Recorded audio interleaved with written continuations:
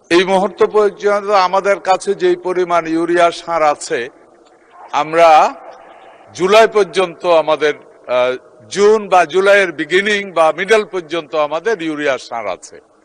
এখানে উনি জানতে চেয়েছেন পরবর্তীতে আমরা ইউরিয়া সার কোত্থেকে নিয়ে আসবো। এরই মধ্যে আমাদের আলোচনা চলছে। আমাদের মেইনলি ইউরিয়া সার আমরা আমদানি করতাম কাতার এবং সৌদি আরব থেকে।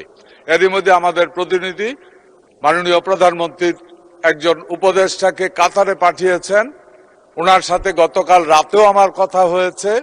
আমরা আশা করি খুব দ্রুত যদি আমাদের যুদ্ধের মধ্যে আমরা আলোচনা চলছে যে আমাদের ওই বিতর্কিত যে জায়গাটুকু আছে ওইখানের ভিতরে এর মধ্যে আমাদের তেলের ট্যাঙ্ক যেহেতু ছেড়ে দিচ্ছে, আমরা আশা করি আমাদের সারের জাহাজও ছেড়ে দেবে।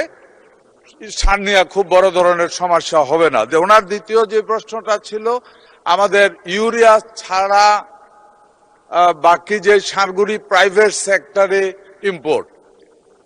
মাননীয় স্পিকার, আমি জাস্ট গত 1 মাস আমি এই দায়িত্ব নিয়েছি। এর মধ্যে সারটা নিয়ে আমি একটু ঘাটাঘাটি করেছি।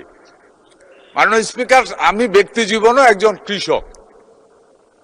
তো ঘাটতে ঘাটতে যেটা আমার আসলো, এটা আমারও প্রশ্ন যে এই গত সরকারে যেটা ছিল, এই সরকারের আমলে এই প্রাইভেট সেক্টরে বোধহয় ইম্পোর্টটাকে উৎসাহিত করা হয়েছিল।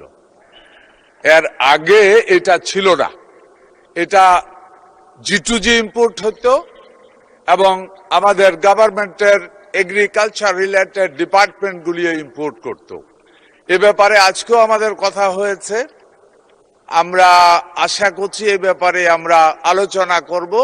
কৃষকের জন্য যেটা সবচাইতে সুইটেবল হবে, দেশের মানুষের জন্য যেটা সবচাইতে সুইটেবল হবে, অর্থনীতির জন্য যেটা সবচাইতে লাভবান হবে, সেই পথে আমরা হাঁটবো এবং সেটাই দেশের জন্য কল্যাণকর হবে।